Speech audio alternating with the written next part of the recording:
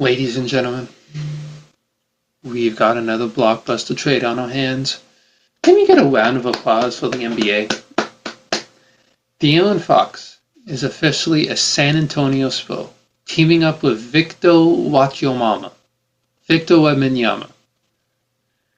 The Kings shake things up by bringing in Zach LaVine, unreal, and the Bulls finally move on from the long time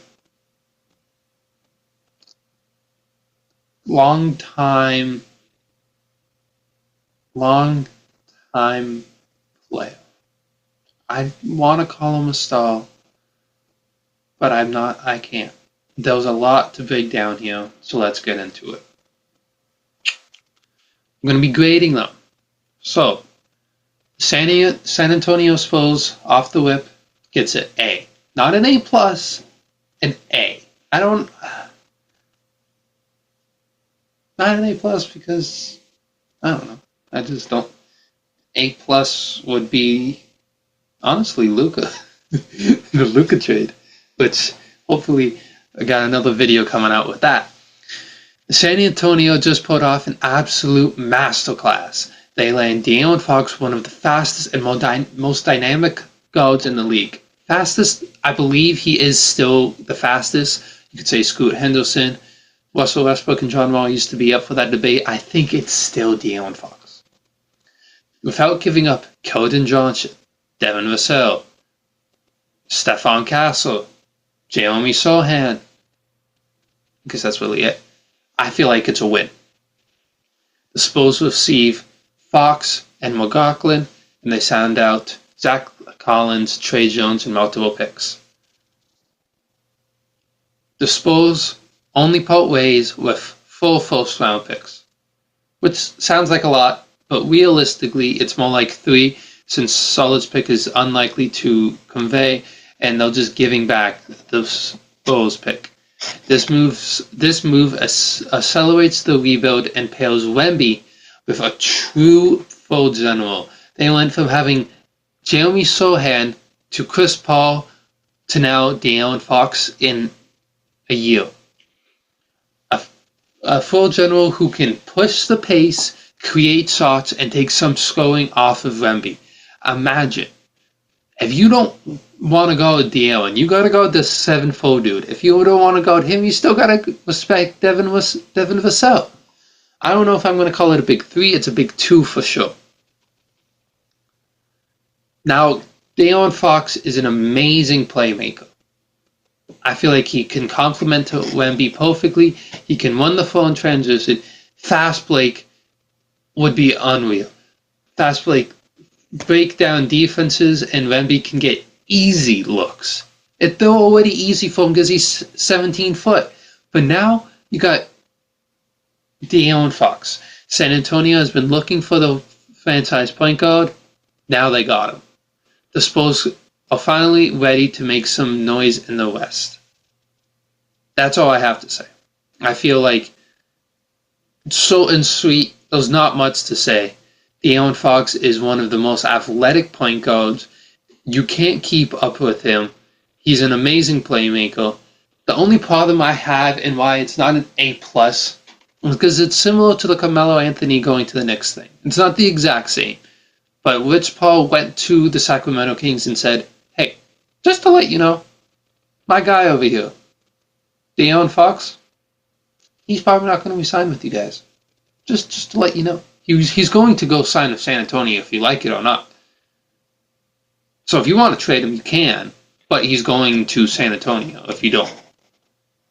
So it's not an official request to trade, but the only problem why it's not an A is because you didn't have to trade anything. It's not like you traded a lot, but you didn't have to trade anything. You didn't. Now, talking about Sacramento, you get Zach LaVine and DeMar DeRozan on the same team again, alongside Domantas Sabonis. Losing your top 5 player in franchise history in De'Aaron Fox is tough, no doubt. But this return isn't as bad as people are making it out to be, I think. The Kings wanted picks and a good player. They got both. Honestly.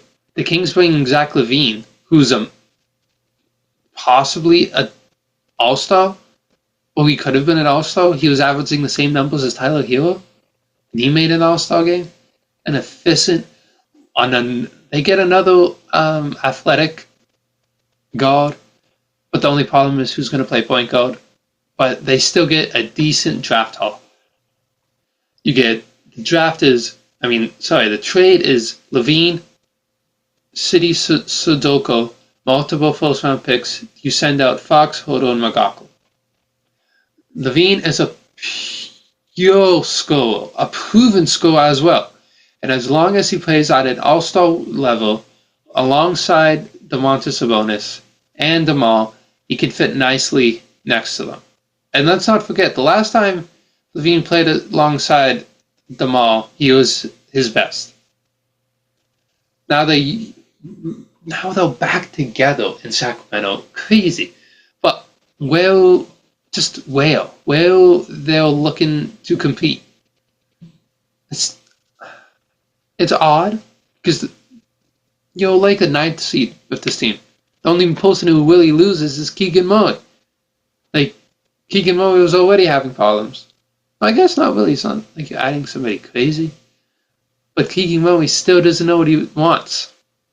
The Kings get also some solid draft capital. Not amazing. Always could be useful in future trades, I would assume.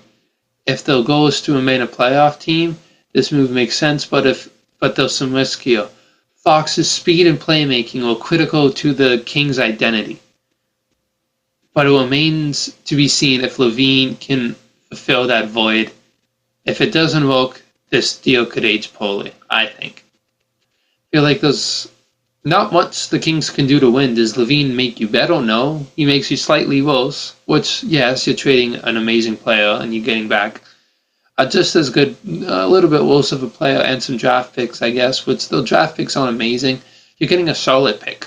What's the point? That's 2 seconds? 3 seconds? So it's really, you're getting 2 future firsts, which I guess that's something to be proud of. Now the Bulls, I think, are the biggest losers. I got them as a C. So we got A, B, and C. No, actually the Kings. Yeah, actually. No pluses, no minuses. Honestly. Yeah. I mean, it doesn't really matter. A C is a C. Well, so the Bulls get back Kevin Huerter, Zach Collins, and Trey Jones. Which doesn't make sense to me. I'm going to be honest. Let's be real. Chicago is never going to get nothing massive for Zach LaVine. His contract and injury history just make his value not as great. But this isn't the worst outcome that you could have gotten, and I feel like it's pretty solid. The key here is that they get the first round pick back, so they can do better. They can lose every game they want because they get the first. It's their own pick, which was previously top 10 protected. Now they fully control it, meaning if they struggle this season, they're not at risk at losing a high lottery pick, which is good. It's huge. As Huerter, Collins, and Jones, they're solid role players. That's it. Nothing groundbreaking. This move isn't about building a contender. It's more about resetting, getting assets, preparing for the next phase. It's not exciting, but it makes sense. I don't really get it to a certain state. Zach Collins, I'm assuming that means you're training Nikola Vucevic. Trey Jones, you're just adding another point guard. So that now means you have Josh Giddey, Lonzo Ball, Trey Jones, Javon Carter, Kobe White, Ayo Dosunmu, and Kevin Huerter is going to have to play the 3, which he's more of a 2. Like, you have a lot of ball handlers. Pause. But you have a lot of people who need the ball in their hand to be effective. My final thoughts on who won the trade? It's obviously one person. One person really won the trade, and that's De'Aaron Fox. Actually, that's Wemby. Wemby won this trade. And Greg Popovich won this trade. Let's be honest, Greg Popovich finally gets to become competitive after being bad for like only a couple of seasons. But the Spurs are the real winners. out of the teams. They got the fan-sized point guard without giving up any core pieces, which the Kings only wanted to make the trade happen if they got Stephon Castle. And now you settled for Zach LaVine? Fox and Wemby is going to be fun basketball. The Kings made a risky but reasonable move for LaVine. And the Bulls, well, they made a trade. And they got a first-round pick, which is big. Now, let me know who you guys think on the trade. What do you guys think? Did the Spurs to secure the future? Can the Kings make this work? What did the Bulls get really out of Zach LaVine? Was it anything effective? Let me know in the comments, and don't forget to like and subscribe for more NBA breakdowns.